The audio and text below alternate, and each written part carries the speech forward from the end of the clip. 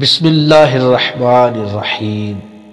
ایک بادشاہ نے کسی بات پر خوش ہو کر ایک شخص کو یہ اختیار دیا کہ وہ سورج غروب ہونے تک جتنی زمین کا دائرہ مکمل کر لے گا وہ زمین اس کو الاٹ کر دی جائے گی، اور اگر وہ دائرہ مکمل نہ کر سکا اور سورج غروب ہو گیا تو اسے کچھ نہیں ملے گا۔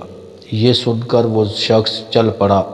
چلتے چلتے ظہر ہو گئی تو اسے خیال آیا کہ اب واپسی کا چکر شروع کر دینا چاہیے، مگر پھر لالچ نے غلبہ پا لیا اور سوچا کہ تھوڑا سا اور آگے سے چکر کاٹ لوں۔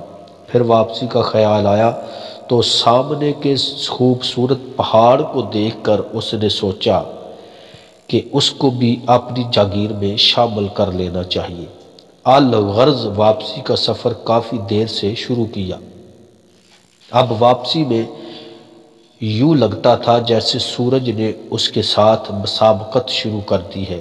وہ جتنا تیز چلتا پتہ چلتا سورج بھی اتنا جلدی ڈھل رہا ہے۔ عصر کے بعد تو سورج ڈھلنے کی بجائے لگتا تھا پگھلنا شروع ہو گیا ہے۔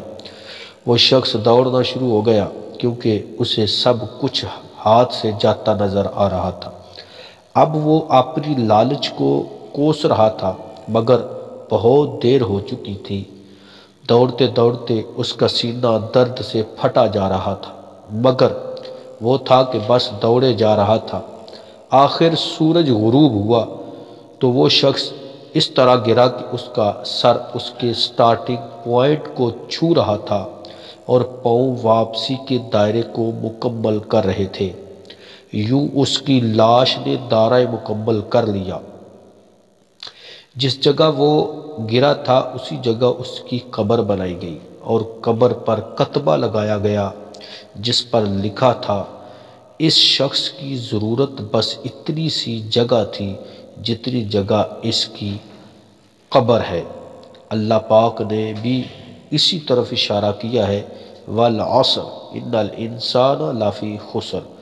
آج ہمارے دائرے بھی بہت بڑے ہو گئے ہیں، چلیے واپسی کی سوچتے ہیں۔ اللہ پاک ہمیں موت سے پہلے موت کی تیاری کی توفیق نصیب فرمائے اور خاتمہ بالخیر فرمائے، آمین بجاہ نبی الکریم صلی اللہ علیہ وآلہ وسلم۔